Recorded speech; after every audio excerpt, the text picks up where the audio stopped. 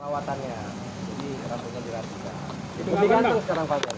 Itu kapan Bang? Loli ini kalau seandainya ketemu Fadel pasti jatuh cinta lagi gitu. Digundulinnya kapan, Bang? Pangling. Digundulinnya kapan? Informasinya kemarin. Kemarin. Oke, kondisi psikis mental Fadel seperti apa ketika sudah dipindahkan ke ruang tahanan?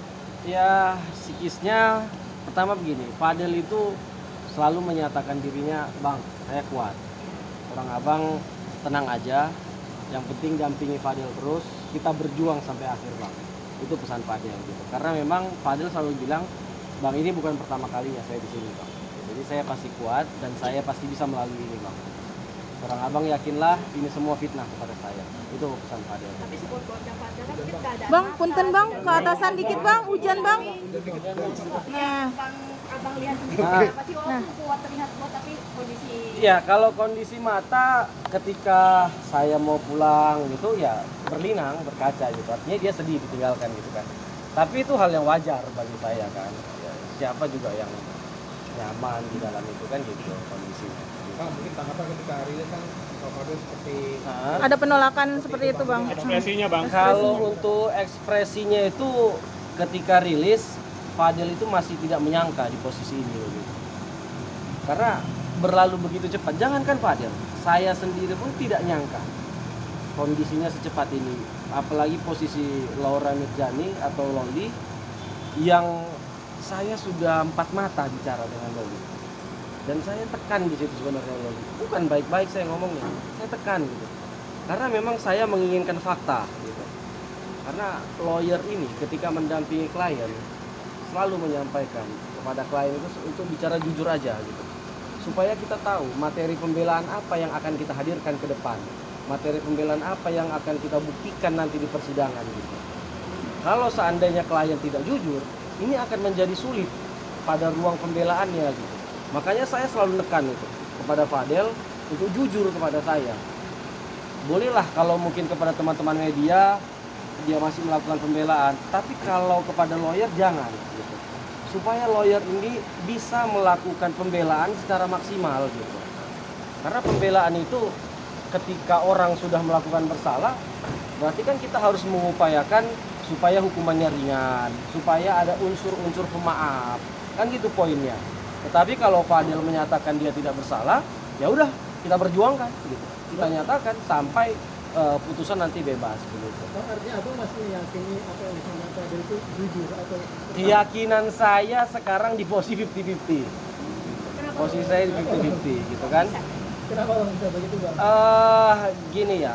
Pertama ketika saya pertama kali mendampingi Fadel itu jujur, walaupun Fadel menyatakan tidak pernah melakukan apapun, bahkan hamil itu aborsi atau melakukan perbuatan tadi hubungan badan itu tidak pernah gitu. Saya sebagai laki-laki normal dan sebagai orang yang sudah lama hidup di Jakarta merasa tidak percaya gitu loh. Karena mohon maaf, memang Jakarta ini benar yang orang bilang gitu, lebih kejam daripada ibu tiri kan begitu kan gitu. Artinya dan pacaran di Jakarta ini ya banyak norma-norma yang dilanggar gitu kan, seperti pelukan itu udah hal biasa, ciuman itu udah hal biasa kalau di Jakarta kan begitu kan. Nah saya tidak meyakini itu awalnya 50-50 kan gitu. Nah kemudian ketika Loli lari dari safe house itu kan kami hampir satu malam gitu, hampir 24 jam bersama gitu. Saya tanya, saya gali gitu. Bersumpah demi Allah di situ Laura Mirjani menyatakan tidak pernah melakukan. Di situ saya langsung confirm 100% ini mereka tidak bersalah. Saya akan perjuangkan, saya akan bela gitu. Di posisi itu. Nah, kemudian ketika hari ini Loli merubah keterangannya gitu, jadi balik lagi seperti sedia kala gitu. Jadi 50-50 lagi keterangan saya ini. Saya coba berkomunikasi dengan Fadel secara intens, saya coba yakinkan dia akan lebih dekat lagi untuk supaya dia jujur.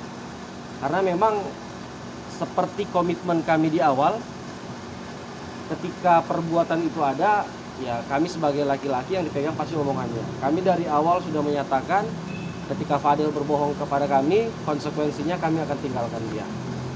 Dan ini sebenarnya sudah sangat ramai di Instagram saya. Apakah ini buzzer atau siapa saya tidak tahu. Tapi di Instagram saya itu perharinya lebih dari 500 orang komentar meminta kami mundur sesuai dengan komitmennya. Dan di sini saya jawab kalau memang, ya kan, karena memang saya sampai sekarang belum melihat bukti yang mentersangkakan dari Loli. Ini saya lagi upaya. Tadi saya ketemu dengan penyidik mengajukan permohonan salinan BAP dan penyidik akan merekomendasikan ini kepada Pak Kasat untuk kemudian kami akan menerima salinan BAP itu. Nanti di situ kita pelajari lagi. Berarti sampai detik ini Fadel masih maksudnya masih bersikeras tidak pernah bersetubuh dengan Loli. Masih. Fadel 100% menyatakan bahwa yang terjadi ini adalah fitnah. Sakit Bang Rahmat kata dia. Ini adalah fitnah. Dampingi Fadel terus. Soal penangguhan Kalau penangguhan penahanan Bang, Untuk penangguhan penahanan masih dalam proses kan gitu. Karena surat sudah masuk kepada Pak Kapolres. Kita tunggu apa disposisinya nanti. berapa lama sih Bang waktu yang diberikan nanti Mana? untuk menjawab jawaban itu dari Biasanya itu paling cepat itu 1 hari, paling cepat, ya kan? Tapi normalnya itu sekitar 3 sampai 5 hari untuk menjawab itu. Tergantung kondisi kesibukan dari Pak Kapolres kan begitu kan. Karena memang surat itu kan awalnya masuk ke bagian umum dulu. Dari bagian umum disposisi barulah naik ke meja Pak Kapolres. Bang, penangguhan yang jadi jaminan siapa Bang? Yang jadi jaminan di saat penangguhan penahanan siapa? Untuk yang menjadi jaminan itu Pak Umar, ayah kandungnya. Iya. Dan itu pengajuannya sendiri kemarin kapan Bang? Untuk suratnya sendiri? pengajuannya Tangkap apa bulan? sekarang tanggal untuk ketika ditangkap kami itu mengajukan permohonan untuk tidak ditahan. Itu dulu. Di malam penangkapan, kan ditangkap jam 8 malam. Tanggal 13 ya kalau saya tidak salah. Nah, di jam 9 atau jam 10 kami secara cepat langsung mengajukan permohonan untuk Fadel tidak ditahan. Tetapi permohonan tidak ditahan itu dianggap belum bisa disetujui. Sehingga Fadel tetap dilakukan penahanan dan besok harinya dilakukan rilis terhadap Fadel, kan begitu.